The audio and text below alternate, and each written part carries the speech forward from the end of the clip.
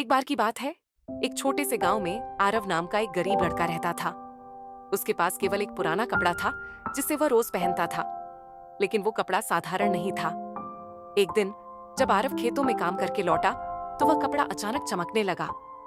आरव हैरान हुआ और पूछा, तुम कौन हो? कपड़े ने जवाब दिया, मैं जादुई कपड़ा हूँ। मैं तुम्हारी मेहनत और सच्चाई का फल हूँ। जो भी इच्छा करोगे मैं उसे पूरा करूंगा। आरव ने सोचा और कहा, मुझे और कुछ नहीं चाहिए। मेरे परिवार के लिए अच्छा खाना और घर चाहिए।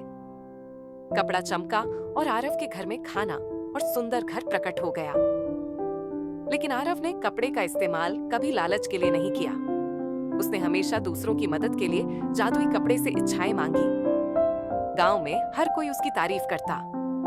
मेहनत और सच्चाई से जो मिलता है वह सबसे बड़ा जादू है।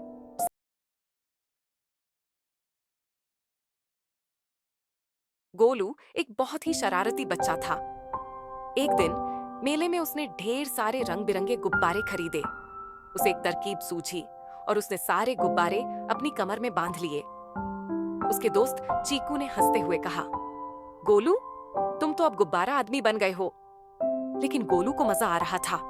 वो इधर उधर दौड़ने लगा और हर कोई उसे देखकर हंस रहा था। अचानक हवा का झोंका आया और गुब्बारे गोलू को ऊपर उठाने लगे। गोलू चिल्लाया, अरे मुझे नीचे उतारो। चीकू ने एक गुब्बारा फोड़ा, फिर दूसरा, और धीरे धीरे गोलू वापस जमीन पर आ गया। गोलू बोला, अब समझा कि ज्यादा हवा भरने से मुसीबत हो सकती है। दोनों दोस्त जोर जोर से हंसने लगे। मजे करो लेकिन संभल कर।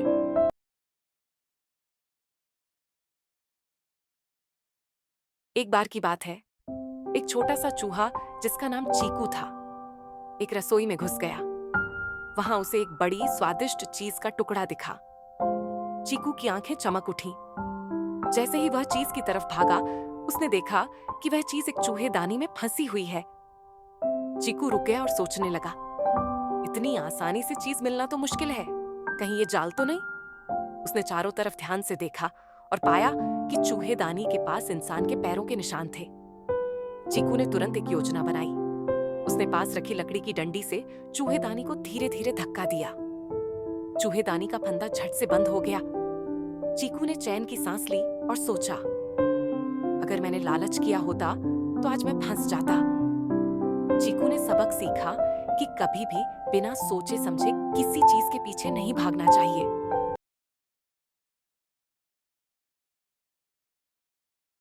एक बार की बात है, निहारिका नाम की एक छोटी लड़की थी। उसके कमरे में एक छोटा सा सुंदर आईना था जो उससे बहुत प्यार करता था।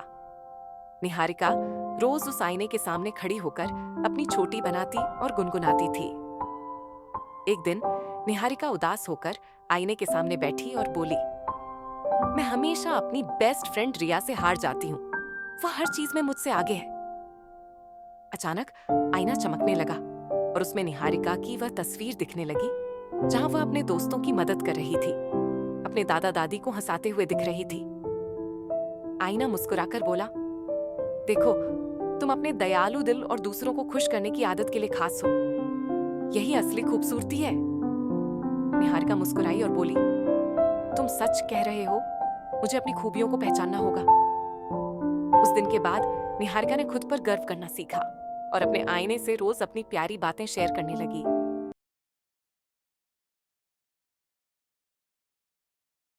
एक दिन एक सुंदर बाग में लाल चमचमाते सेबों का पेड़ खड़ा था। पेड़ के फलों में से एक सेब हमेशा गर्व से कहता, मैं सबसे चमकीला और स्वादिष्ट हूँ। लोग मुझे सबसे पहले चुनेंगे। पास ही एक छोटा हरा सेब लटका था। उसने कहा, हम सबकी अपनी अपनी खूबी होती है। जरूरी नहीं कि सबसे चमकीला फल ही सबसे अच्छा हो। लाल सेब ने उसकी बात पर हंसते हुए जवाब दिया, तुम्हें कौन चुनेगा? तुम तो अधपके हो। कुछ दिनों बाद बाग में किसान आए। उन्होंने हर सेब को ध्यान से देखा। किसान ने लाल सेब को उठाया, लेकिन वह अंदर से खराब निकला। उसने गुस्से से उसे फेंक दिया। फिर उसने हरे सेब को तोड़ा और काटा। सेब अंदर से रसदार और मीठा था। किसान खुशी खुशी उसे अपने घर ले गया। बाहरी चमक दमक से ज्यादा अंदर की सच्चाई मायने रखती है।